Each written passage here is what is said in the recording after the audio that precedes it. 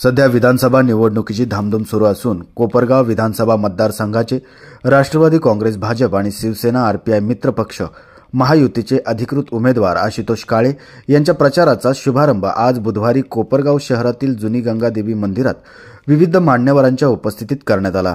यावेळी आमदार आशुतोष काळे यांच्या हस्ते विधिवत पूजा करण्यात आली। त्यानंतर प्रचार नारळ वाढवून प्रचाराचा शुभारंभ करण्यात आला। त्यानंतर आमदार काळेंनी शहरातून रॅली काढत शक्ती प्रदर्शन केले। यावेळी माजी आमदार अशोकराव काळे, चैताली काळे, गोदावरी दूध संघाचे चेअरमन राजेश परजणे, माजी नगराध्यक्ष विजयराव वहाडणे, माजी नगरसेवक हाजी महमूद सय्यद, फकीर मामू कुरेशी आदींसह राष्ट्रवादी काँग्रेस पार्टी, अजित पवार गट, Bharatiya Janata party, Shivsena, Republican Party of India, Athawale गट तसेच मित्र पक्ष आणि महायुतीचे पदाधिकारी व कार्यकर्ते मोठ्या संख्येने उपस्थित होते।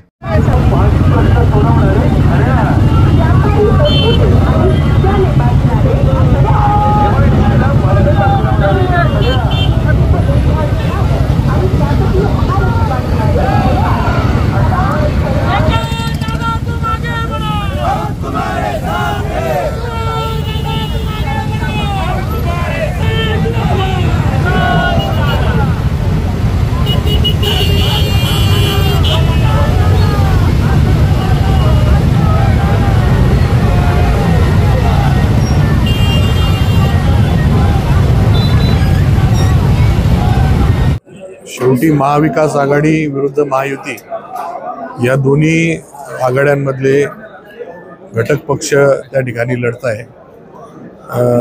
ही लढाई राष्ट्रवादी म्हणून नाही आहे, ही लढाई कोपरगाव मतदारसंघातील नागरिकांच्या भविष्याची लढाई आहे। जे काही प्रश्न या मागच्या 5 वर्षामध्ये सर्वांनी मला संधी दिल्यामुळे मला मार्गी लावता आले, त्यांना त्या अडचणीमधून म्हणजे त्या अडचणी कमी करता आल्या, तर अजून पुढं भविष्यामध्ये आपल्याला ज्या काही योजना करायच्या आहे, ज्याच्या माध्यमातून शहरातील आणि ग्रामीण भागातील लोकांना ज्या काही सुविधा, मूलभूत सुविधा गरजेच्या आहे त्या मिळतील, रोजगाराच्या संधी उपलब्ध होतील, अशा पद्धतीचा प्रयत्न माझा असणार आहे। आणि हे विषय पुढे घेऊन आम्ही त्या ठिकाणी चाललेलो। याच्यामध्ये कुठेही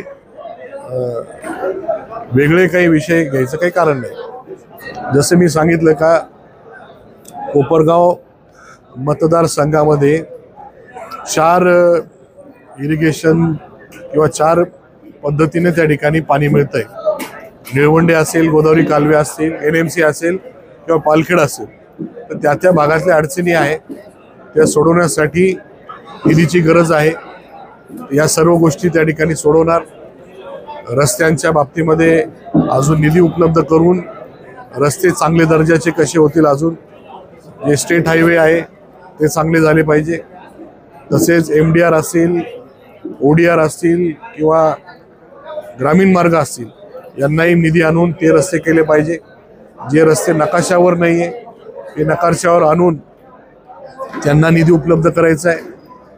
आणि तसेच विजेच्या बाबतीमध्ये जे ट्रान्सफॉर्मर असतील, सबस्टेशन असतील, यांची क्षमता वाढ करायची, यांची संख्या वाढवायची आहे। जास्तीत जास्त सौर ऊर्जेवर चालणारे प्रकल्प त्या ठिकाणी उभारून लोकांना दिवसा वीज मिळेल कशी मिळेल याचा प्रयत्न करायचा आहे। सौरवर चालणारे पंप त्या ठिकाणी प्रत्येकाला मिळवून देण्यासाठी प्रयत्न करायचा आहे। रोजगाराची संधी उपलब्ध झाली पाहिजे किंवा उद्योग टाकण्यासाठी व्यवस्था उपलब्ध झाली पाहिजे, म्हणून MIDC आपण मंजूर करून आणलेली, तिथे नवीन उद्योग आणायचे आणि नवीन MIDC आपल्याला अजून कोपरगाव शहरामध्ये त्या ठिकाणी चालू करून तिथे देखील संधी उपलब्ध करून द्यायची आहे। अशा पद्धतीचा प्रयत्न या 5 वर्षामध्ये करणारे तेच घोषणापत्रामध्ये सांगितलं नाही। आता मागे पण आपण फॉर्म भरण्याच्या वेळेस त्यांच्यापर्यंत निरोप पोहोचवलेला आहे, त्यावेळेस काय कारण होतं त्यांचं त्यांना माहिती। आणि आताही आज प्रचाराचा शुभारंभ करायचा, तर मी त्यांना निमंत्रित केलेलं होतं, तर ते नाही आले, तो आता त्यांचा अधिकार आहे। पक्षाच्या लेवलला काय असेल ते चर्चा करून त्या ठिकाणी महायुतीचं काम करतील। कारण काही ठिकाणी ज्या अशा मीटिंग आहे काही ठिकाणी झालेल्या आहे, त्याच्यामध्ये महायुतीचं काम करायचं आहे असं त्यांनी सांगितलं। आता तुमच्यापर्यंत कधी सांगतील याची मला कल्पना नाही। ही निवडणूक धनशक्ती विरुद्ध जनशक्ती असा प्रचार विरोधी गटाकडून केला जातोय तसं पाहताय? नाही, ही निवडणूक आपल्या कोपरगाव मतदारसंघाचे प्रश्न सोडवण्याची निवडणूक आहे. धनशक्ती वगैरे वगैरे अशी काही निवडणूक नाही. आपले प्रश्न किती या 5 वर्षामध्ये सोडवायचे. जशा पद्धतीने लोकांनी साथ दिली तशाच पद्धतीने पुढेही मला आशीर्वाद मिळणार आहे. कारण की कामं लोकांचे झालेले, जे काही कामं झालेले ते लोकांना दिसत आहे, जाणवत आहे आणि म्हणून लोकांचा आशीर्वाद मिळतो. ही निवडणूक वेगळ्या कुठल्या मुद्द्यावर काही घ्यायचं काही कारण नाही.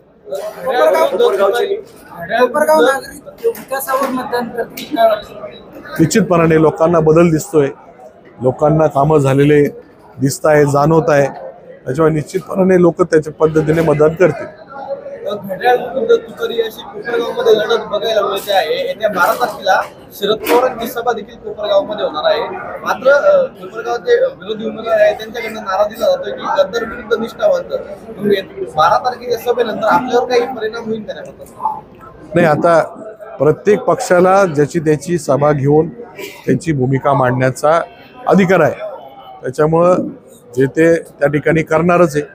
पण आपण जे काही कामं या 5 वर्षामध्ये केलेले आहे ते घेऊन आम्ही लोकांपुढे जातोय. आमची कुठेही पवार साहेबांवर नाराजीचा विषय नाही. आम्ही कुठेही त्यांच्यापासून वेगळे नाही. आम्ही विकास कामांसाठी त्या ठिकाणी अजितदादांना साथ दिली आणि हे 5 वर्षामध्ये ज्या ज्या ठिकाणी अडचण आली त्या ठिकाणी सर्वांनीच पक्षामधल्या लोकांनी मदत केली.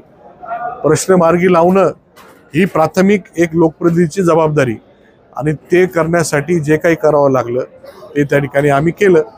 त्याच्यामध्ये कुठेही आम्ही गद्दारीचा काही विषय नाही. त्याच्यामुळं सभा होणार आहे, त्यांची भूमिका येणार आहे, त्याच्यामध्ये काही चुकीचा काही विषय नाही. 19 निवडणुकीच्या वेळी जे तुमच्या बरोबर होते आज तुमच्या विरोधात उभे राहिलेले आहेत कसं पाहताय? आता राजकारणामध्ये असं होत असतं. मागे जे बरोबर नव्हते ते पुढे बरोबर असतील, आता जे बरोबर आहे पुढे बरोबर नसतील. ते चालत राहतं राजकारणामध्ये, त्याच्यात काही आहे. निवडणूक महाराष्ट्रामध्ये खूप चुरशीची आणि लढत असते. यावेळी ह्या निवडणुकीवर कसं पाहताय? नाही, आम्ही समोर किती पक्षांचे किती उमेदवार आहे यांना आम्ही काही कमी लेखत नाही. आम्ही प्रत्येक मतदारांपर्यंत जाऊन प्रत्येकाला विनंती करण्याचं काम करतो. झालेले कामं लोकांना सांगतो आणि त्यांचाही चांगला प्रतिसाद आहे. कारण त्यांना झालेलं दिसत आहे किंवा मंजूर आहे. आपण कुठेही खोटा शब्द दिलेला नाही. जे काय होणार आहे, जे काही मंजूर आहे तेच लोकांना सांगतोय.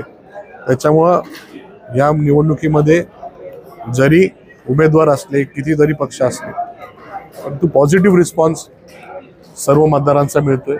त्या पद्धतीने आपण सामोरे जातो. निवडणुकीच्या पद्धतीने झाली पाहिजे. निवडणुकीमध्ये कोणीही उमेदवार असला, कुठलाही पक्ष समोर असला तर प्रत्येक मतदारांपर्यंत जाऊन त्यांना विनंती करण्याचं काम आम्ही सर्व कार्यकर्ते पदाधिकारी करतोय. आणि कुठली निवडणूक हलक्यात घेऊन आम्ही त्या ठिकाणी काम करत नाही. आम्ही ग्राउंडवर राहून लोकांच्या कायम, ही निवडणूकमध्ये नाही, कायम आम्ही संपर्कात राहून कायम अडचणी कशा सोडवता येतील लोकांना असा प्रयत्न त्या ठिकाणी करत आलेलो. त्यामुळे त्या पद्धतीने आपण काम करत राहणार. 12 तारखेला जी शरद पवारांची सभा होणार आहे त्या सभेचा परिणाम आपल्या मतदारांवर होईल? आता तो शेवटी मतदारांनी ठरवायचा विषय आहे. मी काय म्हणायचं, शेवटी प्रत्येक पक्ष आपली भूमिका मांडणार आहे. पण जे काही कामं मी केलेले आहे ते लोकांपुढे घेऊन जाणार आहे. मतदारांचा अधिकार आहे. मागच्या वेळेस अवघ्या 800 मतांनी आपला विजय झाला होता. यावेळेचा काय वाटतं? आकडा मी सांगत नसतो. चांगल्या मतांनी येईल एवढंच सांगेल. तुम्ही होम टू होम प्रचार करताय, कशा पद्धतीचा प्रतिसाद शहर आणि ग्रामीण भागात मिळतोय? एकदम पॉझिटिव्ह रिस्पॉन्स. लोक सांगताय तुम्ही कशाला येऊ राहिले, आम्ही तुमचं सगळे काम बघितलेलं आहे आणि तुम्हाला गरज नाही प्रचार करायची. म्हटलं असं नाही, प्रत्येकाला विनंती करण्याचं काम आहे माझं आणि म्हणून त्या पद्धतीने मी प्रत्येकाला भेटण्याचा प्रयत्न करतो किंवा काही छोट्या बैठका लावायचा प्रयत्न करतो. त्या पद्धतीने करतोय आणि चांगला रिस्पॉन्स आहे. तुम्ही घेतला ते तुम्ही पाहिलं कशा पद्धतीचा रिस्पॉन्स. त्याच्यामुळे काही तशा अडचणीचा विषय नाही. 2.5 ते 3,000 कोटींचे प्रकल्प आपण कोपरगाव शहरामध्ये राबवतोय.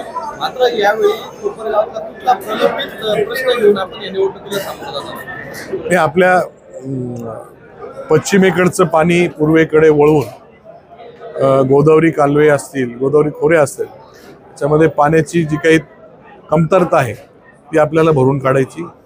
फार मोठा प्रकल्प आहे, 75,000 कोटी त्याला लागणार आहे. आता हे प्राथमिक अंदाज आहे. आता जसं जसं काम पुढे जाईल ते कळेल आणि ते या 5 वर्षामध्ये काही ना काहीतरी पाणी उपलब्ध करायचं अशा पद्धतीचा उद्देश आहे. गोदावरी नदीवरचे पूल असतील, गोदावरी कालव्यांचं नूतनीकरण असेल, चाऱ्यांचे नूतनीकरण असेल, निळवंड्याचे कॅनल आहे, निळवंड्याच्या चाऱ्या आहे, तसेच लिफ्ट इरिगेशन आहे पालखेडच्या कार्यक्षेत्रातील लोकांसाठी.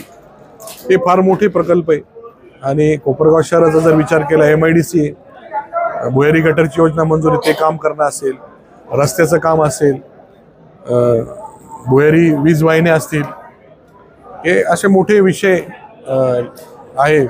त्याच्यासाठी भरघोस निधी लागणार आहे. कोपरगावकरांना दररोज पाणी केव्हापासून मिळेल? आता कामच चालू आहे. आपल्याकडे पाणी साठा एवढा झालेला आहे का आपण दिवसाळ देऊ शकतो. राहिलेले कामं पूर्ण करून आपल्याला दिवसाळही द्यायचे आणि राहिलेले तलाव पूर्ण करून रोज पाणी द्यायचं. आपल्या प्रचारासाठी अजितदादांच्या किती सभा या ठिकाणी होतील काय सांगा? काही एखादी सभा होईल, 2 सभा कुठे घेतात, 15 दिवस राहिलेले. 800 वर किती शून्य वाढेल? मतधिक्य सांगत असतो, चांगल्या मताने येईल एवढं.